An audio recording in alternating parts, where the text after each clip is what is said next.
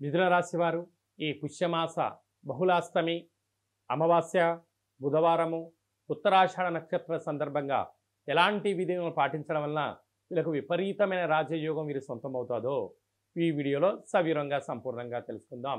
మిథున రాశిలో ఏ నక్షత్రాలు వస్తాయనగా మృగశిర నక్షత్రంలో 3వ పాదం 4వ పాదం, ఆరుద్ర నక్షత్రంలోని 4 పాదాలు, పునర్వసు నక్షత్రంలోని 1, 2, 3 పాదంలో కలిపితే మిథున రాశి అవ్వడం జరుగుతుంది. చాలామందికి పుట్టినటువంటి కాల సమయంలో డేటా ఆఫ్ బర్త్లో లేనటువంటి కారణం వలన పేరు యొక్క మొదటి అక్షరాన్ని అనుసరిస్తూ ఆ రాశిని తెలుసుకునే ప్రయత్నం చేద్దాం. కా, కి, కు, ఖం, అజ్ఞ, ఛ, కే, కో, హ అక్షరాల వారందరూ కూడా మిథున రాశి జాతకులు. మిథున రాశి యొక్క అధిపతి బుధ భగవానుడు.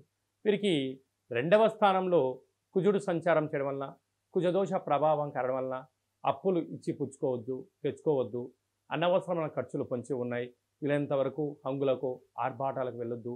మౌనం, ధ్యానం, ఏకాగ్రత, ఖర్చులను తగ్గించుకునే ప్రయత్నం చేయగలిగితే ధనం, సమయం 2 వృధా కాకుండా రాబోయే కాలం అంతా కూడా మంచి కాలమే అని చెప్పి గమనించాలి.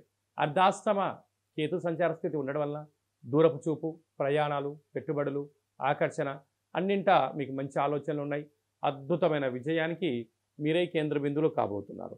అలాగనే సప్తమంలో బుధుడు ఏడాది తర్వాత సంచారం చేయడం వలన కొత్త పనులు ప్రారంభించాలి అనుకున్న వారికి చాలా మంచి కాలము. పెట్టుబడులు, ఆకర్షణ స్థితి, ఉన్నతమైనటువంటి ఆరోగ్య పరిస్థితి చాలా బాగుంటుంది అని చెప్పి గమనించాలి.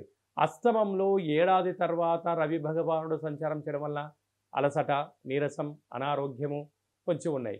ఇలాంటి కాల సమయంలో తప్పక సూర్య నమస్కారము, పక్షులకు, ఆవులకు దానం ధర్మం చేయడం వల్ల అనారోగ్యాన్ని దరి చేరకుండా, శత్రువులు వృద్ధి కాకుండా ఉండే పరిస్థితి చాలా అధికంగా ఉంటుందని చెప్పి కూడా గమనించాలి.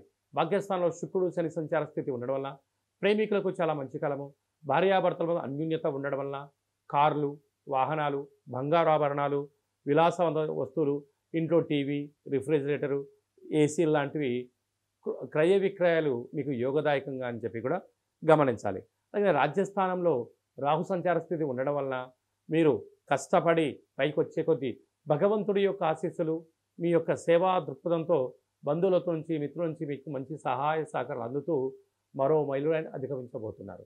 వ్యయంలో దేవగురు బృహస్పతి సంచారం చేయడం వలన వృత్తులలో, ఉద్యోగాల్లో, వ్యాపారాల్లో భగవంతుడి యొక్క ఆశీస్సు ఉండడం వలన, ధర్మంగా ఉండడం వలన మీకు చాలా మంచి కాలం ఉందని చెప్పి కూడా గమనించాలి.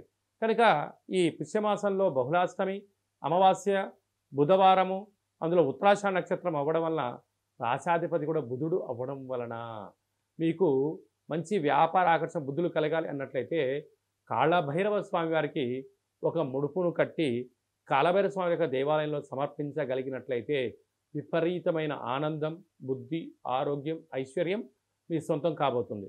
అలాగనే పెట్టుబడిదారులు, హోటల్ వ్యాపారస్తులు, సాఫ్ట్వేర్ ఉద్యోగస్తులు, హార్డ్వేర్ ఉద్యోగస్తులు, వ్యవసాయ సోదరీమణులు, గృహ భవన నిర్మాణ కార్యక్రమం చేసేవారు, చిరు వ్యాపారస్తులందరికీ కూడా చాలా మంచి కాలం ఉందని చెప్పి కూడా గమనించాలి.